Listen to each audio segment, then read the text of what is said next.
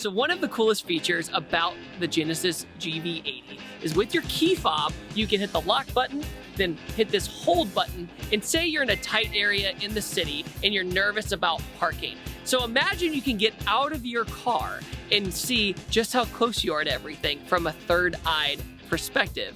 The car should turn on.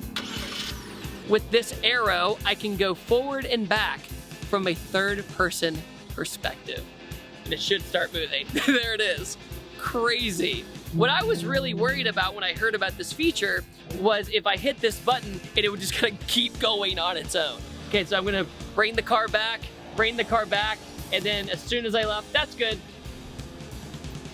Unbelievable. Like, what world do we live in nowadays? The GV80 also has this camera system that's located right behind the rear view mirror. That is an ADAS camera that reads the road ahead and then optimizes the vehicle's electronically controlled suspension to optimize the ride comfort and minimize impact. At higher trim levels, the GV80 even has a road active noise cancellation system that generates an anti-noise wave in real time as you drive. Along with that, it has a lot of intelligent drive modes, so like comfort and sport and things of that nature. The default mode is comfort, and for the majority of driving, comfort is just so nice. The touch points are great, and also the volume and everything in the center console are these knobs that you scroll up and down, which is super unique and interesting. One of my favorite things in the interior is the panoramic sunroof, which is actually one large piece of glass. When you open the shades, they open directly opposite of each other,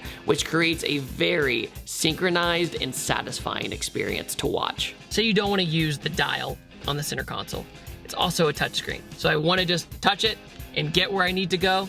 Easy. Also, under the center console is this little tiny compartment to put like your phone, your wallet, your little things that you would instinctively put like in your cup holder. But it's a really nice little area and has a rubber surface so your phone or whatever that needs to be down there doesn't slide back and forth. I thought that was a really nice detail. And this technique where you have this little pocket is known as a floating center console. So if you ever hear that term, that is what the Genesis uses. It's a floating center console, which makes it very lovely. Instead of having this massive center console to store stuff, you go under it, and that creates a much more streamlined look to the center console and up to the infotainment center.